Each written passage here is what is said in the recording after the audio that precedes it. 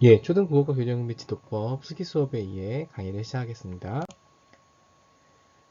강의 큰 흐름은 쓰기 특성과 쓰기 수업의 원리, 그리고 학습자의 쓰기 발달 단계, 쓰기 수업의 방법에 대한 큰 흐름으로 되어 있습니다. 쓰기 교육을 왜 해야 될까 한번 고민을 던져봅니다. 말하기, 듣기, 쓰기, 문법, 문학 다 우리 이런 시간을 거쳤죠. 그래서 쓰기라는 게 본질적으로는 네, 의사소통의 수단이고요. 쓰는 것을 통해서 사고력이 개발되기도 하고 쓰면서 보통 저희가 뭐 요약하기 등의 어떤 전략들을 사용해서 읽기와 쓰기의 전략들을 사용해서 학습을 하게 되죠. 자기를 돌아보는 기회, 또 이런 어떤 쓰는 것들을 통해서 다른 언어 기능, 말하기, 듣기, 읽기의 기능이 발달이 촉진되기도 하고 약간 통합적이라는 부분인 거죠. 그리고 네, 조금 더 본질적이고 깊이 있는 의미들까지 쓰기 교육의 목표이자 이유라고 말할 수가 있죠. 쓰기의 특성은 뭐냐? 쓰기는 문자 언어에 의한 기본적으로 문자 언어 베이스죠. 표현 행위와 문제를 해결하는 사고 과정, 사고, 의미를 구성하는 과정, 의미 구성, meaning making, 또 자기가 가지고 있는 지식을 정교화하는 과정으로 설명이 된다. 어떻게 보면 다양한 의미를 구성하는 행위로서 적극적인 것이 쓰기의 특성이라고 말할 수가 있겠습니다. 우리 교육 과정에서는 쓰기의 핵심 개념의 본질, 어떤 목적에 따른 유형, 쓰기의 구성 요소, 쓰기의 태도 이런 형태로 나와 있지요. 그래서 실제로 어떤 계열성과 계속성의 측면에서 보자면 승리, 자신감, 그리고 진짜 스키에서 독자라는 요소를 고려하는 단계가 고학년에 나오는 것을 볼 수가 있습니다. 또 이거 인지 발달 어떤 단계와 연관이 되는 거라고 할 수 있겠죠. 그리고 본격적으로 어떤 장르적인 접근이 나오는 건 그렇죠. 고학년군에서 설명하는 글, 주장하는 글, 어떤 감상을 표현하는 글 이런 식이 나오고 그 전에는 의견을 표현한다든지 겪은 일을 표현한다든지 주변 소재나 마음을 표현한다든지 라는 형태로 제시가 됩니다. 사실은 말하기 듣기가 토의 토론이 5, 6학년에 나오죠. 쓰기에서는 의견을 표현하는 글이 3, 4학년에 나오는데 어떻게 보면 이런 이전 선수학습을 통하여서 5, 6학년군의 말하기 듣기 읽기 쓰기가 그렇게 연계해서 통합적으로 제시된다는 것을 다시 한번 확인하실 수가 있겠습니다. 네, 쓰기의 본질적으로는 의미 구성이라는 거 우리 5, 6학년의 이 부분을 미닝 메이킹 다양한 의미 구성 여기에 초점이 있다는 겁니다. 물론 문제 해결과 사회적 상호작용이라는 부분을 아예 배제한다는 건 아닌데요. 쓰기가 본질적으로 자신이 의미를 다양하게 만드는 그리고 이것을 통해서 또 고학년에 올라가면 문제를 해결하고 사회적으로 소통하는 행위다 라는 부분들 이런 큰 흐름을 좀 기억하셨으면 좋겠습니다. 예. 이 부분 제가 좀 중요해가지고 네. 어떤 그 수준이라는 것이 글자와 문장 쓰기에서 기초 문식성 단계에서 문단 쓰기로 그리고 점점점 어떤 글의 단위도 확대되는 것이 보이시죠? 네, 이런 부분들. 네, 초등학교 3, 4학년에 독자가 고려가 되는 부분들이 나온다. 네, 그리고 그것이 이렇게 조금 더 깊어진다라는 거, 독자를 고려해서 쓰는다라고 한다면, 이게 조금 더 태도적인 측면에서 다룬다. 근데 이게 어떻게 보면, 음, 이렇게 쭉 연속성을 가진다라고 또 볼 수도 있겠죠. 예, 쓰기의 어떤 원리. 첫째, 학생이 어떻게 쓰느냐가 아니라 어떻게 써야 하는가. 그러니까 어떻게 보면 과정, 결과 차원이죠. 국어교육에서 아주 핵심적인 개념이라고 했습니다. 과정을 중시한다. 그렇기 때문에 어떻게 해야 돼요? 우리 과정 중심으로 평가해야 되죠. 그다음에 학생 개인의 능력과 특징을 고려해야 된다. 역시 개별화적인 어떤 측면이 있고 목표를 중시해야 된다. 네. 어, 사실은 뭐 쓰기 활동만 하다 보면 한 차시가 다 끝나기도 해요. 그럼 학생들이 어떤 그 차시의 어떤 핵심적인 성취 기준이나 그런 부분들에 대한 점검이 없으면 그냥 정말 쓰기만 많이 할 수가 있거든요. 그게 나쁘다라고 말할 수는 없는데 어떤 유목적인 목적 어떤 그런 부분들이 필요하다는 거죠. 수업의 차시 목표, 학생들이 인식하고 또 자기가 어떤 그것들을 보완해서 조금 더 나은 글쓰기가 될 수 있도록 네, 교사가 동료가 자기 자신이 스스로 평가하고 피드백을 주는 그런 부분들이 좀 필요하다는 얘기입니다. 네, 쓰기의 특성과 쓰기의 원리 다음으로는 교사와 학생, 학생과 학생이 서로 뭘까요? 네, 그렇죠. 상호작용하는 그래서 분위기를 조성해야 된다는 측면입니다. 쓰기 발달 단계에 대한 이해가 좀 필요한데요. 쓰기를 발달하는 그 연구에는 큰 관점들이 있습니다. 학생들이 나름의 표현의 욕구가 있다. 그리고 우리가 많이 아는 것처럼 어떤 연령대별로 사고를 하는 게 다르다. 그리고 조금 사회적인 관점에서 쓰기의 어떤 장면들, 발달들을 살펴보는 부분들이 관점들이 있습니다. 근데 이제 단순 연상적 쓰기에서 조금씩 인식적인 쓰기로 좀 더 발달한다라는 부분들이 있는데요. 어떻게 보면 언어 수행적 쓰기 단계, 의사소통적 쓰기 단계, 통합적 쓰기 단계, 인식적 쓰기 단계 이런 부분들은 초등 고학년이나 그 더 이상에서 나아가서 좀 도출되는 특징이라고 말할 수가 있겠죠. 전반적으로 보자면 선생님께서 현장에 가셔서 우리 아이들이 어떤 기초 문식성 단계의 차원인가 아니면 조금 더 나아가서 3, 4학년군에서 어떤 문단 차원에서 장문의 규칙이나 관습을 알고 수행할 수 있는 건가 아니면 정말 독자를 고려해서 의미 구성에서 좀 더 나아가서 소통하기 위한 어떤 그런 쓰기 단계를 할 수 있는가 또 고차원적인 또 사고로 나아가는가 이런 부분들은 우리 반 아이들을 보시면서 연구를 하셔야 될 부분이라고 생각이 됩니다. 임초태 교수님께서는 학년군별로 이런 식의 어떤 큰 발달 단계를 말씀하셨는데요. 아, 1학년, 네, 이런 어떤 전략이나 기능적인 부분이 부족하지만 점차 아이들의 화제가 다양해지고, 하지만 그러면서도 목적이나 동기가 명확하지 못하다. 그래서 아까 말씀드린 것처럼 쓰기 중요한 것 중에 하나가 목표를 조금 인지하면서 쓰는 거, 네, 그런 부분들. 3학년은, 이제 독자의 초점을 둔 내용 선정이 좀 부족하다. 우리 아까 내용체계표에서 독자를 고려하는 게 그렇죠. 3, 4학년군에 나오죠. 그렇기 때문에 부족하기 때문에 어떤 교육의 내용으로도 작용이 될 수 있는 부분이죠. 4학년에는 네, 어떤 효과적인 표현 방법 그리고 5, 6학년은 더 많이 고려하게 된다. 그래서 아까 우리 내용체계표 보시면 독자를 더 배려하는 글쓰기가 5, 6학년에 나오게 되죠. 네, 하지만 이때도 어떤 단락의 구성이나 화제 내용 조직 면에서 다소 부족하다. 단락을 본격적으로 구성하는 걸 배우는 거는 중학년군이지만 계속해서 이제 초등 단계에서 이것이 더 능숙해질 필요가 있는 거죠. 이런 큰 흐름은 참 유의미한 연구고 사실 선생님들도 이런 연구를 조금 계속해서 하셨으면 좋겠습니다. 네, 박태규 교수님께서는 학년군별로 조금 나눠서 유의미하게 설명을 해주셨는데요.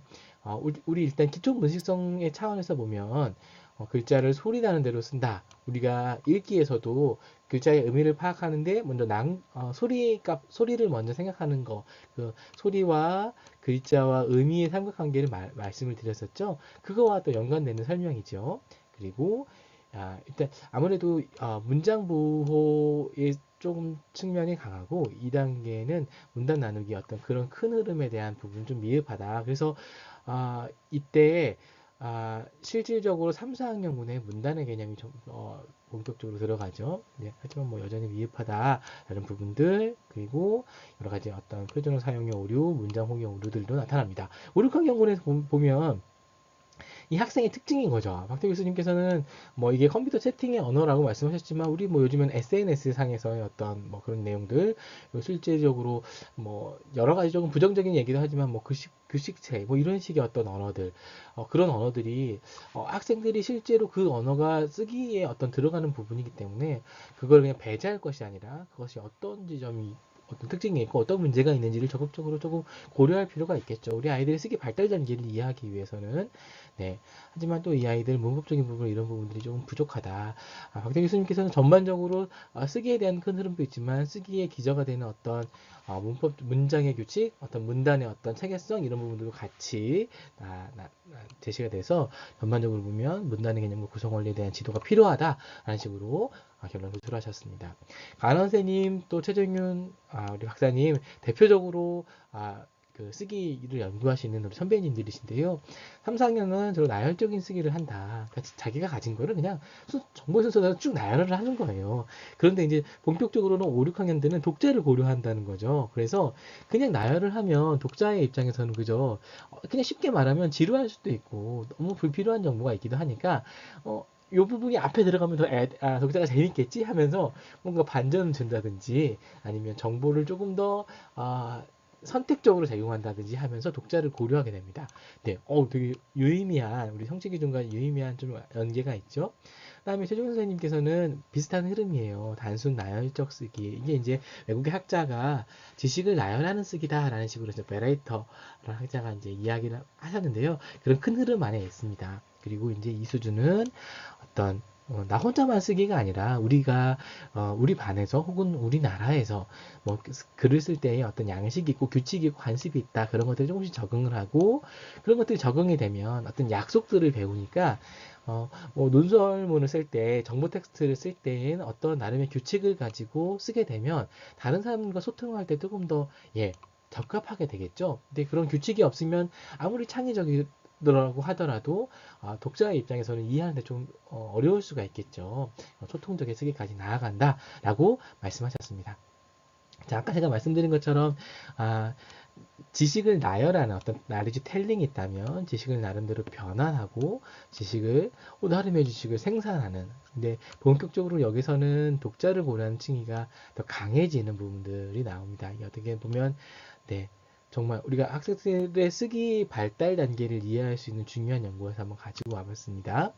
글을 읽고 쓴다는 건 이게 단순히 어떤 쓰는 것과 읽기가 별개가 아니라는 정말 긴밀한 연계가 있다라는 것들을 표현해주는 중요한 도해여서 가지고 왔습니다. 언어가 있고 우리가 이제 기본적으로 의미 구성 단계라고 하는데 또 이해 활동과 표현 활동으로 구성이 되는데 이것이 이렇게 언어를 조망하고 다시 이해하고 표현하는 식으로 흘러가면서 그 언어를 통해서 이해하고 언어를 통해서 표현하고 그러면서 의미가 구성이 되고 이런 것이 지적인 과정에서 계속 이렇게 순환하고 상호작용하는 모습들을 살펴볼 수 있습니다. 쓰기 수업의 방법이 뭐냐? 키워드는 과정으로서의 쓰기죠. 그래서 의미 구성 행위이고 이것이 누군가 독자와 의사소통을 하는 것이고 어떤 일반적으로 일방향적으로 되는 것이 아니라 이렇게 순환 의사소통이라는 기본적으로 그런 거죠. 다시 자기가 돌아오고 또 쓰기 과정도 쓰기 전주가 이렇게 쭉 이렇게 흘러가는 것이 아니라 계속해서 쓰기 중 하면서 다시 쓰기의 어떤 앞에 부분을 다시 돌아보고 다시 뭐 계열을 바꾸기도 하고 제목을 다시 고민하기도 하면서 계속 이렇게 순환하면서 회귀하죠. 그래서 회귀성을 강조합니다. 쓰기는 학습의 도구이자 발견의 도구다라는 분들은 계속해서 강조할 필요가 있습니다. 사실은 우리가 무슨 교과, 내용 교과죠. 국어가 아니더라도 다른 교과를 할 때에도 쓰면서 학습을 하고 쓰면서 어떤 지식을 발견하는 걸 중요하게 사용을 하죠. 네, 기억할 필요가 있는 것 같습니다. 사회 구성주의 장문.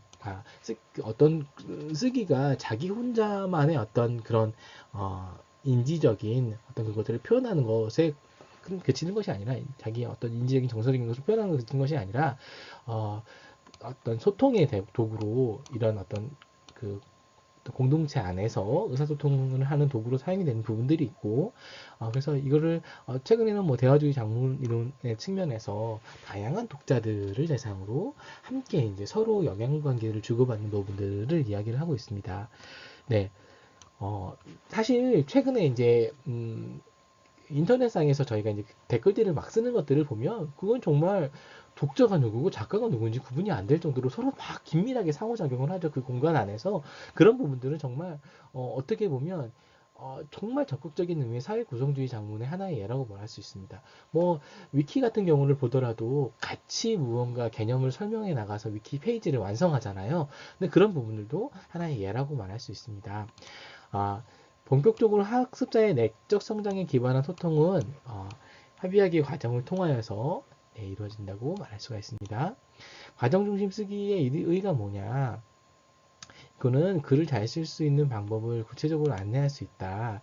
그러니까 무언가 쓰기는 이런 거야 라고 해서 어떤 정해놓기보다는 학습자의 쓰기의 과정을 들여다보겠다는 거죠. 아이가 그 쓰면서 머릿속으로 무슨 생각을 하는지 이런 것들을 들어보면서 그거에 적절한 전략과 기능들을 안내해 줄 수 있는 식으로 가는 거죠. 우리가 결과 중심으로 본다면 그런 안내에 어떤 의미가 큰 의미가 없을 수 있는데 네, 과정 중심으로 바뀌었을 때 학습자 중심의 입장에서 이런 식으로 변화가 된다는 거죠. 과정 중심의 글쓰기의 어떤 또 다른 의의는 그렇기 때문에 글쓰기 능력이 증진되고 학생 개개인에 대한 정보를 좀 더 풍성히 얻을 수 있고 본격적으로는 글쓰기 부담을 줄일 수 있다라는 부분인데요. 실제로 저희가 뭐 100일장 같은 경우를 생각해 보세요. 그 주제를 던져주면 그걸 학생들이 써야 되잖아요. 왜냐면 국어과 교재가 그게 진짜 막 다 빈칸으로 되어 있고 제목과 글을 쓰는 공간만 되어 있다면 학생자들은 그렇죠. 네. 전혀 실력이 늘지 않을 수도 있죠. 그래서 그런 어떤 형태의 그리고 당장 어떻게 시작하지? 쓰기 막힘을 그런 경험할 수도 있겠죠. 그래서 철저하게 과정을 통해서 배우게 된다면 쓰기 부담도 줄어들 수 있다. 네, 그래서 그런 과정에서 학생들이 서로 도움을 주고받고 그런 과정에서 어떤 쓰기의 성공 경험 등 어떤 공동체 의식 이런 부분을 기쁨을 얻을 수 있다라는 부분들을 제시하고 있습니다. 네, 결과 중심과 과정 중심 접근법 많이 이야기를 하죠. 그것과는 근본적으로 과정 중심 접근법에 어떤 초점이 되어 있는데요. 학습자 중심으로 한번 보세요. 예, 쓰기의 과정을 중시하고 학습자의 배경지시, 학습자의 동기가 중요하고 상대적으로 어떤 좀 맞춤법에 대해서는 허용적이고 맞춤법과 쓰기 간섭에 대해서는 교사의 역할도 바뀌고 그리고 동료의 협의가 중요하고 학생이 중심적이고 어떤 발견을 해내고 실제 맥락과 상황이 중요한 거고 예, 협동이 중요하고 네 그렇죠 개인차가 중요하고 예, 이런 여러 가지 측면에서 봤을 때 과정중심 접근법이 좀 중요하게 다 받아들여지고 있는 것으로 보입니다. 네.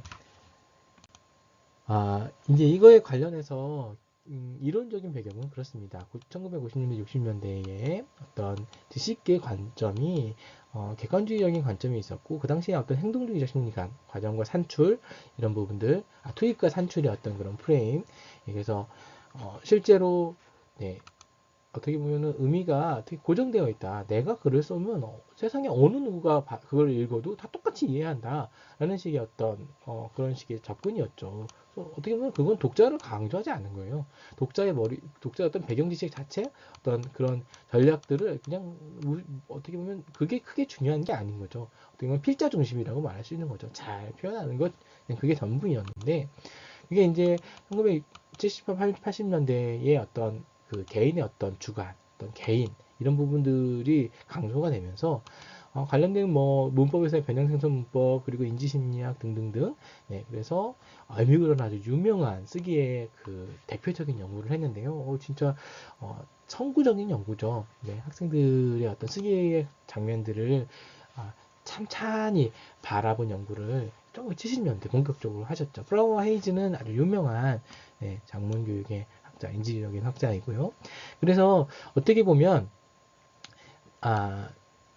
쓰기가 뭐냐, 좀 그 머릿속에서 무슨 일이 일어나냐 그런 것들을 조금 많이 바라봤기 때문에 인적인 관점이라고 했고 단순히 지식을 나열하는 게 아니라 독자가 진짜 적극적으로 의미를 구성하는 행위고 필자도 또 그런 과정에서 또 나름의 의미 구성을 하는 어떤 존재이고 그런 큰 흐름 안에서 지식이 객관적으로 누구에게나 똑같이 전달되는 것이 아니라 지식은 구성하는 과정이다. 이게 정말 중요한 차이점이라고 말할 수가 있겠죠.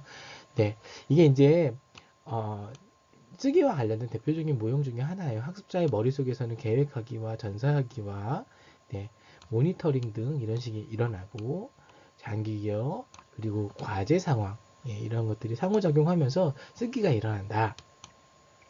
네, 이게 번역한 보는 이런 표죠. 네. 이게 좀 흥미로운 건 뭔가요? 네, 사실은 쓰기는 모니터링, 그러니까 어떻게 보면 자기 조절적인 상위 인지적인 그런 부분들이 많이 좀 작용을 하고 쓰기에는 지금까지 자기가 썼던 텍스트가 상호 텍스트가 되어서 내가 지금 쓰는 글들의 과정을 계속해서 영향을 준다. 선생님들 좀 주목하실 부분이 이거예요. 교사로서는 정말 실질적인 쓰기 과제를 줘야 되거든요. 근데 우리가 진짜 수업에서의 쓰기 과제를 줄 때 독자는 누군가요?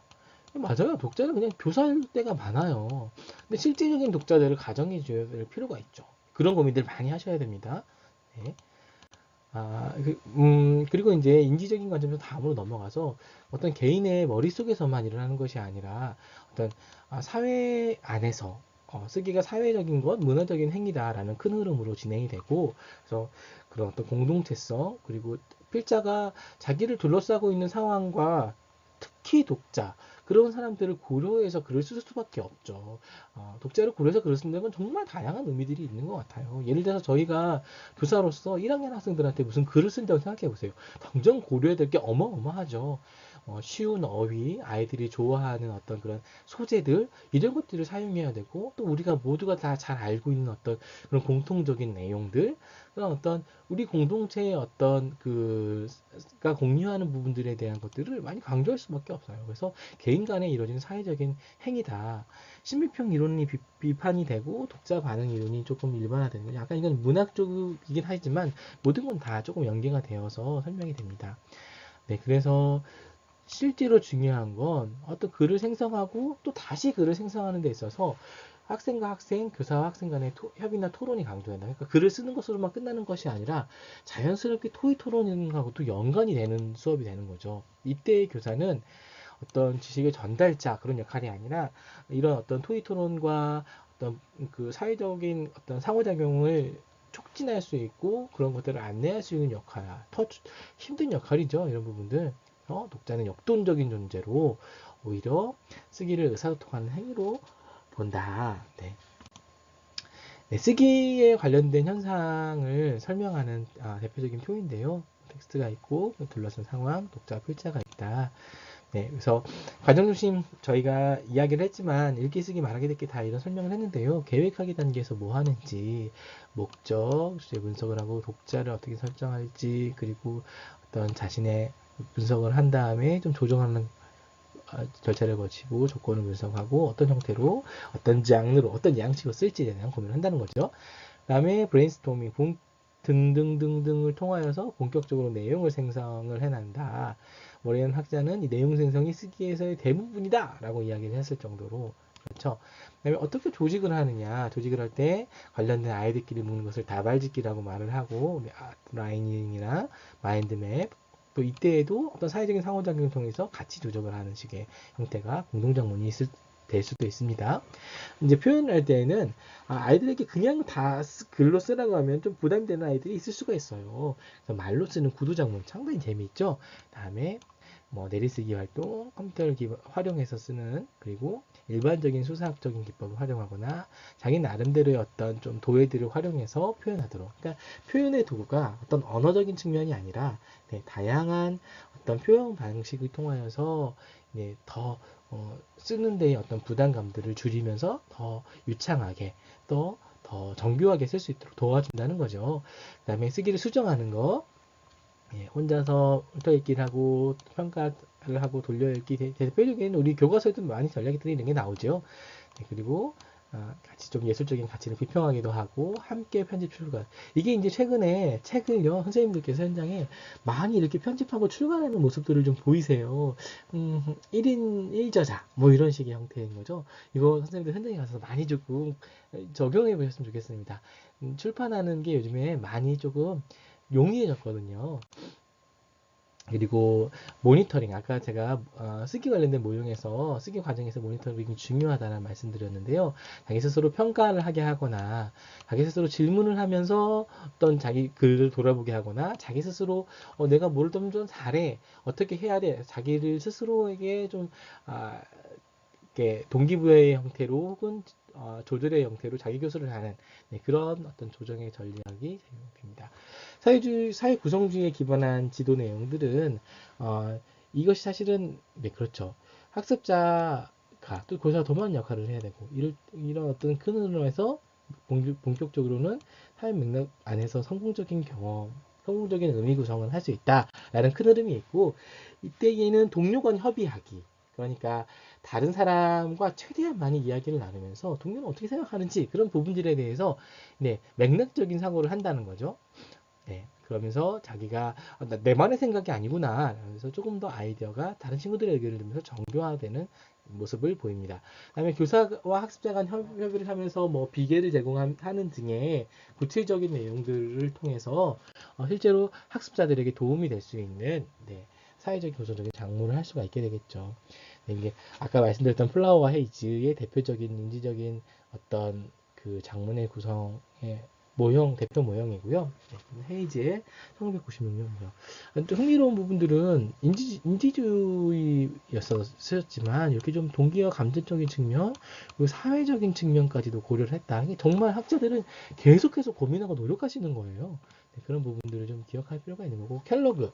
네, 켈로그는 약간 좀 어떤 보세요, 이거? 그렇죠. 약간 좀 중앙집행기에서 그렇죠. 컴퓨터의 어떤 그런 개인의 머릿속에 있는 일들을 그 어떤 컴퓨터 CPU가 처리하는 걸로 이해하는 식의 어떤 그 흐름으로 보이시죠?